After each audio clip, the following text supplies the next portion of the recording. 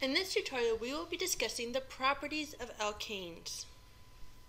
We're going to break this down to how many carbons are involved in the alkane, because the more the carbon, the heavier the molecule. The heavier the molecule, the harder it is to move.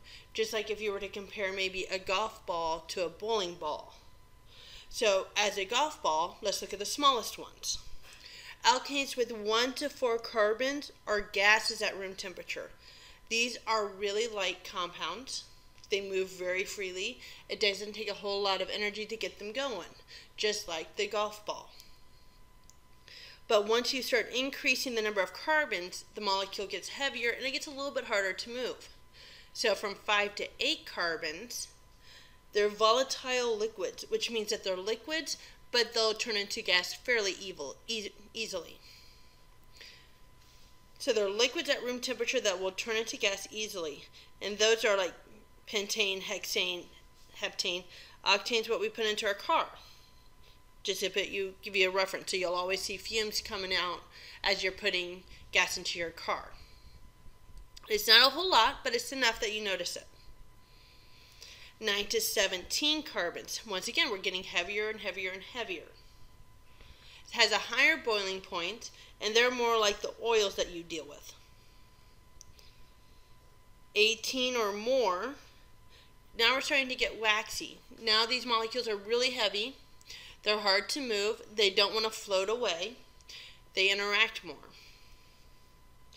25 or more carbons, we're dealing with things that are jellies, Vaseline, things along those lines, semi-solids. Alkanes are nonpolar. We've discussed this before, which means that they're not going to interact with the water. Because they don't interact with the water, that means that they don't dissolve. They actually are less dense than the water. They sit on top. They catch on fire, and they're found in crude oil. So if we look at an oil spill, the crude oil will float to the top and create a thin layer on the top of the water that doesn't mix in with the water itself because of the nonpolar characteristics of it. Alkanes have fairly strong carbon-carbon bonds, and when you react it with oxygen with a little bit of heat, it produces a lot of energy. Notice that it produces CO2 and H2O in the process.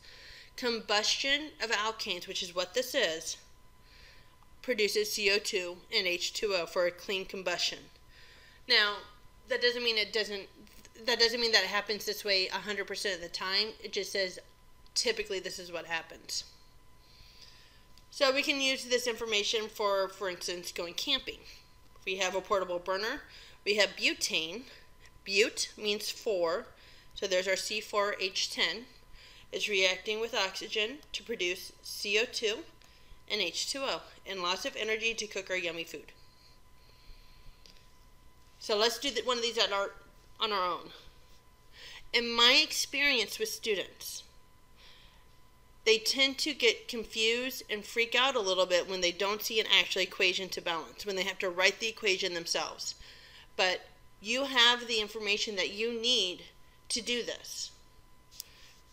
In fact, they even tell you what propane is. So propane, C3H8, is going to be one of the things that are reacting. C3H8. Complete combustion. Combustion, we just said, was a reaction of O2 to produce CO2 and H2O. The only other thing to do here is simply balance it. We have 3 carbons on the left. We can put a 3 in front of the CO2, and that'll balance that out. Always keep the oxygens to the end because those are typically the hardest to balance. We have 8 hydrogens. If we put a 4 in front of the H2O, now we have 4 times 2, 8 hydrogens. So now let's go take a look at the oxygens. 3 times 2. Oops, I jumped ahead. 3 times 2 is 6. 4 times 1 is 4. So 6 plus 4, we have 10 oxygens here. on the right hand side.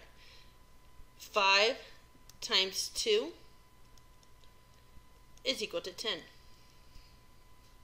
So don't freak out when you see stuff like this. Just simply take a deep breath and do it one step at a time, because you can do this.